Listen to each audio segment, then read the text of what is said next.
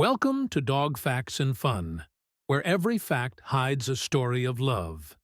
Some folks say they still feel their dog days even weeks after they've passed. A brush against the foot, a weight on the bed, a sigh in the hallway. It happens more than people admit, especially late at night. But is it just grief? Or something more? Scientists have found that right after death, a dog's awareness doesn't just vanish. Unlike humans, dogs don't resist. They don't fear the unknown. Their mind lets go, but their bond doesn't. That's why many report feeling their presence in those first few days. Some say it's memory. Others say it's connection. If you've ever whispered their name into a quiet room and felt something shift, or woken up at 2 a.m., wondering, was that her? You're not broken. You're not alone. You're one of us, the ones they chose to stay near. We don't imagine them. We remember with our whole body. Imagine waking from sleep and seeing a familiar shadow, not scary, just familiar. Not all stories of grief are empty. Some carry a message. Edgar Cayce believed dogs cross gently and stay for a reason. By the end of this video, you might understand why they haven't really left. Let's begin. What happens in the first few seconds after a dog takes its last breath? Edgar Cayce had a surprising answer.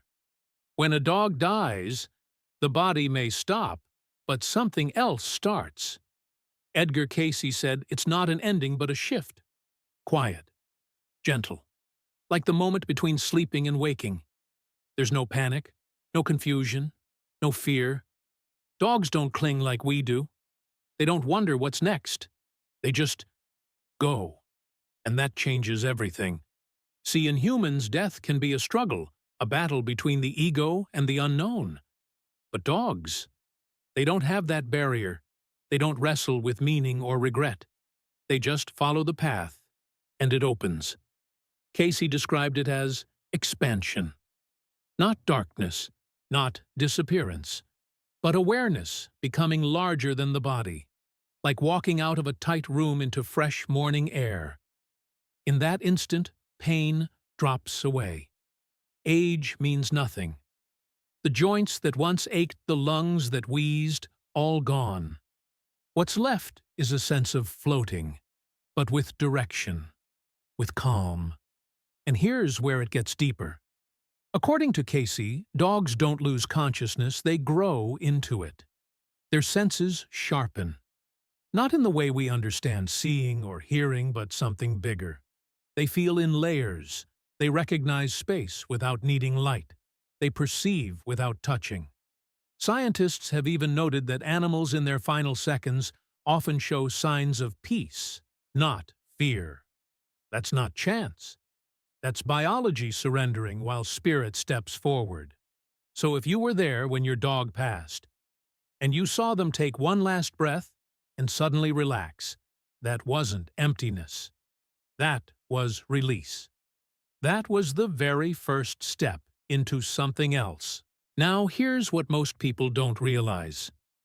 Right after death, your dog doesn't shoot off into some faraway heaven. Not yet. Cayce said the first moments are close. Very close. Closer than you think. Dogs hover near, still aware of the room of your tears, of the weight of the moment. But they aren't stuck. They aren't confused. They're simply pausing, sensing, letting go gently while making sure you're okay. Because even in their transition, dogs still love.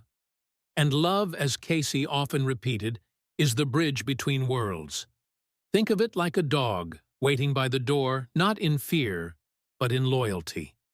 Just until they're sure you've sat down, taken a breath, and whispered, "It's okay, girl. You can go now." And when they feel that, they begin to move forward. But before they do, something extraordinary happens. Their body may be gone, but their presence isn't. In fact, that presence begins to expand, to grow stronger, to follow you like a shadow of comfort. This is where we open a loop. Because in the next moments, something strange yet beautiful occurs. Something that makes grown men sit up at night swearing they heard the collar jingle, or felt a headrest against their leg one more time. We'll get to that. But for now, understand this. Your dog didn't vanish. She didn't disappear into nothing. She stepped forward and waited, just long enough to make sure your heart could keep beating without hers. Right after death, before they move on, dogs feel us, not with eyes, not with ears, but with something deeper, something we don't even have words for. Cayce said their first awareness isn't of light or angels or other realms, it's of us. That's why in those first moments many of us feel them, not as memories, but as presence. You sit on the floor after they've passed, and it's like the room shifts. The air changes. There's weight where there shouldn't be. Stillness, but not emptiness. Scientists say strong emotional bonds can leave energetic imprints, a sort of echo in the space between people and pets. But Cayce went further. He said it's not an echo. It's them, reaching back, because they're still right there. And here's the part most people never say out loud, but you might know it in your bones. When you cry, they feel it. Not like humans do, not in language or logic, but in color, in energy, in waves. Sadness comes to them as something heavy and dim. Love feels like warmth, like orange or gold. Grief arrives like a slow fog, and they lean into it, not to absorb it, but to comfort. You see, even in spirit, dogs don't run from your sorrow. They stay with it, just like they did in life. When your world cracked and you sat on the kitchen floor holding their collar, they were there, just differently. One truck driver told me he swore he felt his beagle's head press against his shin 2 days after the burial. Didn't see her, didn't hear her, but I knew it was her. You might have your own moment. The blanket shifts, a tail thump with no source, or that flash out of the corner of your eye, and when you turn, nothing, but everything. Cayce explained it like this: dogs don't fear letting go, but they do linger in love. They stand just for a while in the space between, at the door of this world, looking back just once more, not to haunt, to help. Because here's the loop we're opening now, and we'll come back to it soon. Some of what you feel in the days after their passing isn't just them visiting. It's something deeper. They're not only sensing you, they're choosing to stay. For a while. Because the bond is still active, still alive, still pulling both ends of the leash. And they're not ready to let go until you are. We'll talk more about that in a moment. But first, let's follow them. Because in the hours that follow, they begin to move. And where they go might just explain why so many people swear my dog came back. So, where do they go right after that first moment when their pain is gone and your tears begin what happens next?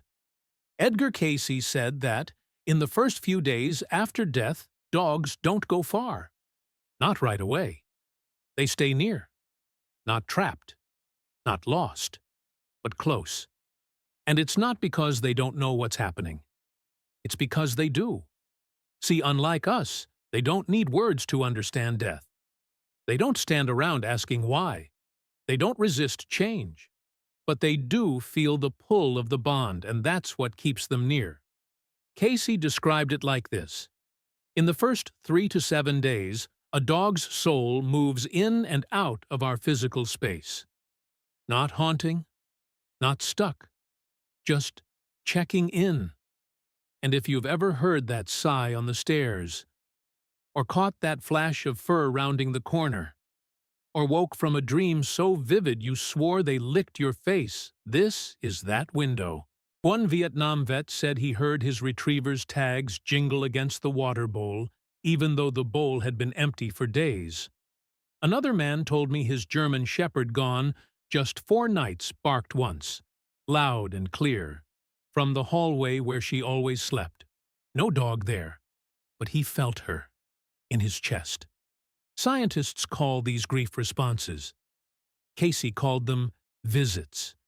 He said the dog is still learning to let go of this world, not in confusion, but in care. And during those days, they come back. They rest in their usual spots. They sniff the door. They check on you and on the life you built together. You might catch them in dreams. You might feel them during your quiet cup of coffee. Or in that stillness right before sleep, when your mind softens and memory and presence feel like the same thing. And if you whisper to them, even just once, they hear it. Because here's what Cayce believed, and here's the loop we've been building to dogs: don't visit out of need. They visit out of love. They stay until they're sure you're starting to heal. Not completely. Not all at once. Just enough for them to take a few steps farther. But even then, they don't vanish. They return. Sometimes for years. You might not feel them every day, but they'll come back when you need them most. And in that way, they move between worlds. Not with confusion, but with purpose.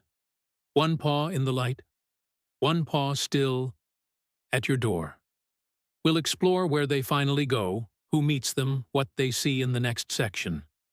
But for now, if you're still hearing them, if you're still seeing flashes, if your blanket still shifts at night, you're not losing your mind. You're just still part of the goodbye. And the goodbye isn't over yet. So when they finally take that step forward past our door, beyond the edge of what we can see who's there, Cayce said, they don't arrive to silence. They're not alone. Not for a second. The first thing your dog meets is joy. See, there are 3 kinds of souls waiting, and each one knows them by heart. First, other animals. If you've had pets before another dog, a cat, even one from childhood, they'll be there, waiting. Tails wagging, eyes wide. It doesn't matter if they met in life. In that realm, love connects faster than time. The reunion. It's not a scene. It's an explosion of movement, sound, emotion. No hesitation, no sniff test, just instant knowing. They're home, second animal spirits. Cayce spoke of evolved souls in animal form beings who've chosen to stay in the transition space to guide others. They don't talk, they don't preach, they simply appear calm and certain. And through their presence they say, "You're safe. We've got you." Think of them like spiritual pack leaders, gentle, steady, there only to help. And third, maybe the one that hits hardest. Some dogs are welcomed by human souls, souls who in life loved animals deeply. Maybe a grandfather who always had a dog on his porch. Maybe your late wife, the one who whispered goodbye into your dog's fur before she passed. Maybe someone from your family line you never met, but who still watches over you. When these souls greet your dog knows. Not by name, not by memory, but by feeling. That's the one who smelled like you. That's the one who loved like you. And in that moment, the fear, if there was any, is gone. The transition is complete. But it doesn't stop there. Cayce said these welcoming beings stay with them for a while. They guide, they teach, they help your dog adjust not just to the lightness, but to a world with no fences. And there's something beautiful here we have to pause for. Because among those greeters, there is always one who takes on a special role. Their job to keep your dog connected to you. That's right. Even in the afterlife, someone is helping your dog manage their love for you. Not to break it, but to help it evolve. They teach your dog how to visit, how to send peace, how to let go without disappearing. And that loop we opened before, this is where it softens, not ends. Because while your dog may be moving on, they're not going far. And next, we'll talk about what happens after the reunion, how healing begins, what memories they carry, and why some dogs, especially those who suffered, need time before they feel truly free. But for now, just know this. No dog crosses over alone. Even after the reunion, even with all the light and love, healing still needs to happen. Cayce said the soul remembers more than the body. And dogs carry more than we think. A rescue dog may have let go of the pain, but the memory, it lingers. The hunger, the fear, the cold nights alone. Even in the afterlife, these impressions stay like fingerprints on a window. That's why healing doesn't end with the last breath. For many dogs, it starts there. And it's not dramatic. It's not like therapy. It's quieter, deeper. Cayce explained that in the astral space, healing comes through energy. Not words, not ideas, but through presence. A warmth, a light that washes through every part of them, not just the body they left behind, but the self they still carry. Think about your dog if they were sick near the end. Maybe they limped. Maybe they coughed or struggled to breathe. Even though those symptoms are gone, the echo remains. Just like how you can still remember pain long after a wound has closed. Scientists suggest that emotional trauma imprints differently on animals, not as stories, but as sensations. So in this stage, the spirit begins to release, bit by bit. Not all at once. And they're not alone in this either. The same guides who welcomed them, they stay. They sit close. They surround your dog with calm, with touch, with unspoken reassurance. A kind of love that doesn't rush. One Vietnam vet once told me that his service dog had panic attacks every time he left the room, even after 10 years together. Some wounds, he said, never close all the way. But in the place your dog has gone, they can, because nothing interrupts the process. No sudden noise, no fear of being left behind. Only the slow, steady work of becoming whole again. And if your dog ever had anxiety or aggression, or flinched when you raised your hand near their face, know this. That part of them is healing now. The panic is melting. The fear is softening. The story is rewriting itself in the light of everything you gave them. And here's the loop we carry forward.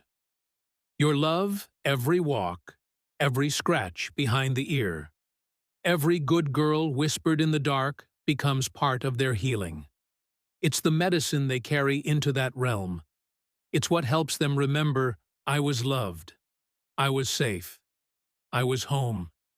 Next, we'll talk about what they realize in that space, what they come to understand about their life with you, and how some dogs once healed begin to see their journey not just as a life, but as a mission. But for now, if you ever wondered whether your dog is okay, they are. Not just pain-free, but becoming whole in a way even they never imagined. Once the pain fades and the fear is gone, something else rises. Clarity. Not the kind we chase with logic or language, but the kind that animals understand in stillness, in instinct, in soul. Cayce believed that after healing, a dog begins to see not with eyes, but with essence. They don't just remember life with you. They understand it. They realize why you cried into their fur, why you worked late but still came home to them, why you held them so tightly that last night. To us, it might have seemed like just another day. To them, it was the story, the mission. Some people believe only humans reflect, but Cayce said animals reflect through feeling. Not memory as events, but memory as energy. And in that reflection, your dog sees the full arc. Not just who you were, but who you became because of them. They remember when you were quiet for days and they stayed close. They know now that you were grieving someone else. They remember the time you almost gave up, but didn't, because they were there. And now, in the stillness of that realm, they realize I was never just a pet. I was part of something sacred. That walk you took after the funeral, when only she followed you. That year when you lost your job, and he never left your side. The mornings you couldn't get out of bed, but did, because someone needed to be let out. They know, they saw, and now they understand. There's a line one man told me after losing his senior lab. "She saved my life," he said. "I didn't see it back then. But now I know." Your dog might say the same thing in her own way. Because from the other side, everything you did together takes shape. Not as chaos, not as routine, but as purpose. And here's the loop we open now, the quiet truth we'll carry forward. They weren't just walking beside you. They were walking you home. Next, we'll answer a question that sits heavy in many hearts. Do they wait for us? Are they still there? We'll get to that. But for now, hold on to this. Your dog saw it all. And in the space where they are now, they finally understand why it mattered. It's the question no one dares to ask out loud. But it lingers. When you whisper goodnight into a room that feels emptier than it should, when you hold the leash still hanging by the door and wonder if they remember, you want to know, do they wait? Cayce believed. They do. But not the way we think. Not with clocks, not with counting days. In the spiritual space, time isn't measured, it's felt. And love it holds place. So your dog doesn't pace in some far-off field watching the sky. They stay connected. It's not a weight of impatience.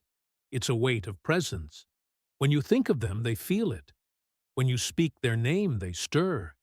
That tug you feel in your chest sometimes, that pause you take before turning off the lights, that's the leash still stretching across worlds. They don't get bored. They don't forget. Because for them, you were and still are their person, their only person. And they don't move on the way we do. They grow, but they stay linked. One man, a retired firefighter, told me he stopped visiting his dog's grave after a few years. It hurt too much, he said. Then one night she came to him in a dream tale, wagging eyes soft. She didn't say anything. She just walked beside him like she always had. He said he hadn't dreamed of her since the day she died. But that night, it felt like she waited for me to be ready. That's the truth, Cayce touched. Dogs don't rush ahead. They match our rhythm. They check in. They hold space. And when you're ready, when grief becomes gratitude, when the ache softens, they begin to step forward. Just a little. But even then, they don't leave. They carry you the sound of your voice, the weight of your hands, the feeling of your heartbeat, into wherever they go next. And here's the loop we close gently now. When we think of waiting, we imagine distance. But your dog, she's not distant. She's just quiet, just near, just patient. Next, we'll explore something few ever consider: what your dog does now. Because some souls once healed once, whole take on a role beyond memory. They don't just wait. They protect. They guide. They show up when the world begins to shake. And if you've ever felt calm in the middle of chaos without knowing why, maybe it wasn't coincidence. Maybe it was them. What if your dog isn't just watching, but working? Cayce believed some souls once healed, once whole, choose to stay active. Not in the physical sense, but in the quiet, powerful way that only loyal spirits can. He called them guardians.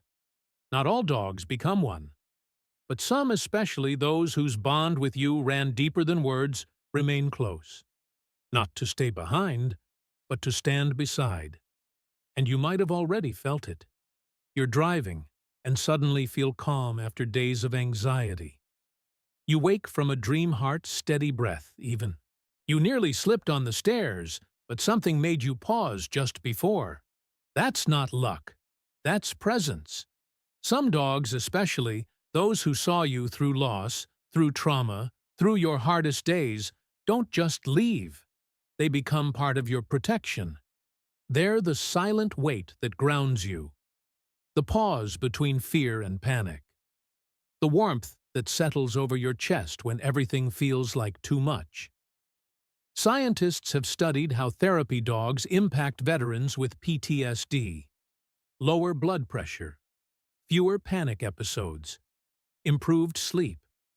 But Cayce said, that impact doesn't always stop with death, because the love that heals you while they're alive can still reach you after.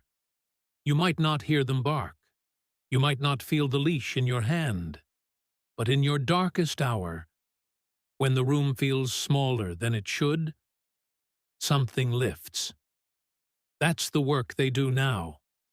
Not to haunt, not to hover, but to remind you you're not alone. And here's where the loop carries forward the promise that ties this all together. The bond between you didn't end. It evolved. It became something you can't hold, but can still be held by.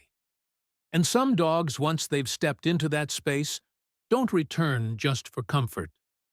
They return to serve, as protectors, as messengers, as guardians in quiet corners. In the next section, we'll explore what they fully realize once the healing is complete. How they look back at life with you, not just with love, but with understanding. But for now, if you've ever felt peace when you least expected it, if you've ever looked at the sky and thought, that was her, maybe it was, maybe it still is. There's something dogs understand, only after they're gone, not when they were chewing shoes, not when they were chasing squirrels, but later, when the healing is done and the light is soft, they begin to see the whole story. Cayce said that once a dog reaches full awareness, their perspective expands, not with human thoughts, but with soul-level clarity. They understand the why they were sent to you, why they stayed as long as they did, why their life, no matter how short or quiet, mattered. They don't see it in events. They feel it in waves. They remember the tension in your body that relaxed only when they laid across your feet. They understand why you talked to them in the dark even when no one else was listening. They see how your voice changed when you said their name, even when you were tired or hurting or lost. And they know now they were more than comfort. They were part of your survival.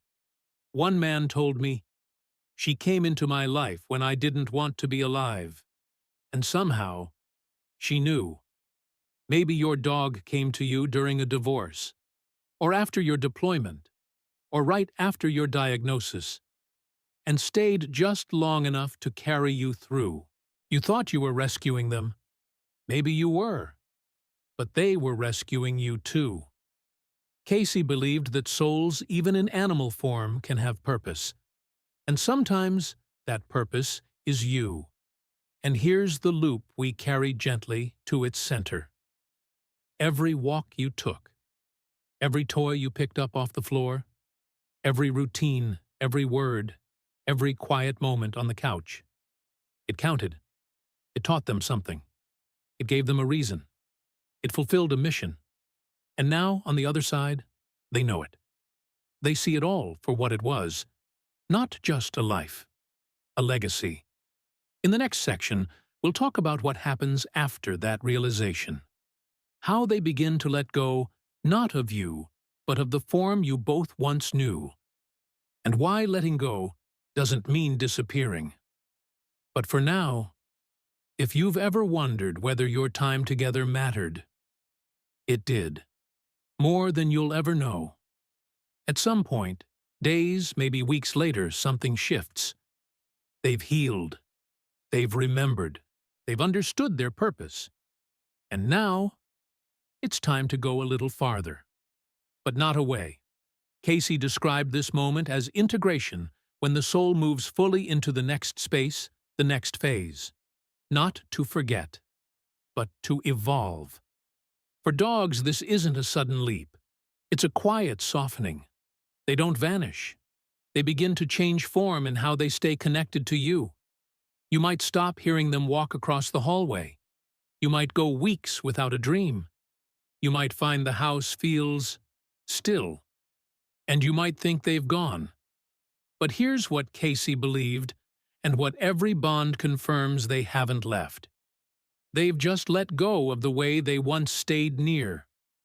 They're still there, just no longer needing to show it.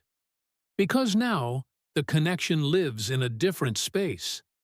Not in rooms, not in objects, but in you. In the way you still whisper "good girl" when you pass their photo. In the way you reach for the leash and pause before remembering. In the way you feel calm during a storm and don't know why. That's how they stay now. Not as a shadow, not as a sign, but as part of your rhythm. And here's the loop we bring full circle. Letting go is not a loss. It's a release. A way for both of you to move forward without breaking what was built. Because the bond doesn't need constant reminders. It became you, and it became them. Next, we'll bring this journey to its close, returning to the beginning, to that quiet moment in bed when you felt something near your feet. But before we do, just remember this. Even when they let go of the physical, they never stopped walking beside you. It's 2:13 a.m. You shift in bed. The room is quiet. You glance toward the corner. No sound, no shape, just stillness. But then it happens. A warmth at your feet, a pressure light, but familiar. And a thought, not yours, drifts through your mind. I'm still here. That's where we began. That's what brought you here. And now maybe, just maybe, it feels different. Not because the loss is smaller, but because the love is bigger. Cayce said souls remain connected through intention. That when you remember them with love, they respond. Not in words, but in calm. You don't have to wait for signs. You don't have to hear a bark in the dark.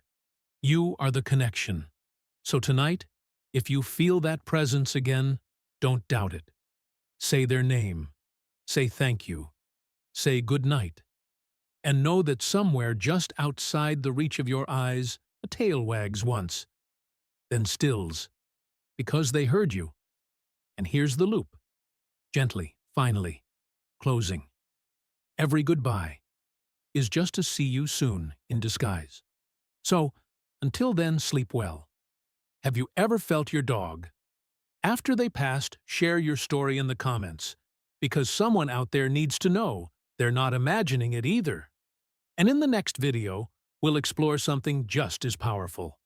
How dogs protect us even after they're gone. Subscribe if you haven't. This journey is just beginning.